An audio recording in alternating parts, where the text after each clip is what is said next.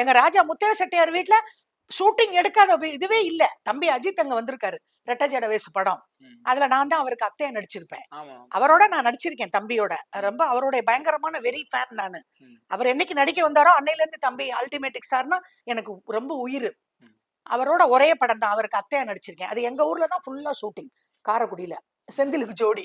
என் பொண்ணதான் அவருக்கு முறை பொண்ணை கட்டணும். ஆனா அவர் மந்த்ராவை லவ் பண்ணிடுவாரு. சோ அவ ஃபுல்லா காரைக்குடி. அப்பெல்லாம் தம்பி ரொம்ப இப்படி கீழே தான் உட்காருவாப்ல. ரொம்ப அப்போ வந்து செயின் ஸ்மோக்கரா இருந்தாரு.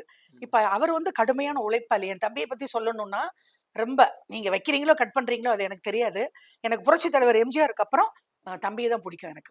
அஜித் சார். ஆமா ஆமா, அல்டிமேட்டிக் ஸ்டார். ஏன்னா ஒரு கடுமையான பிளைட்டை ஓட்டுறாரு, காரை ஓட்டுறாரு. இப்படி எல்லாம் ஒரு மூளை ஒரு மனுஷனுக்கு இருக்குமா? ஐயோ, ஆடி போயிட்டேன் விடாமுயற்சி பார்த்துட்டு. இன்னும் ஒரு மனுஷன் இப்படியா கார் ஓட்டுவான்? கடவுள் கூட ஓட்ட முடியாது.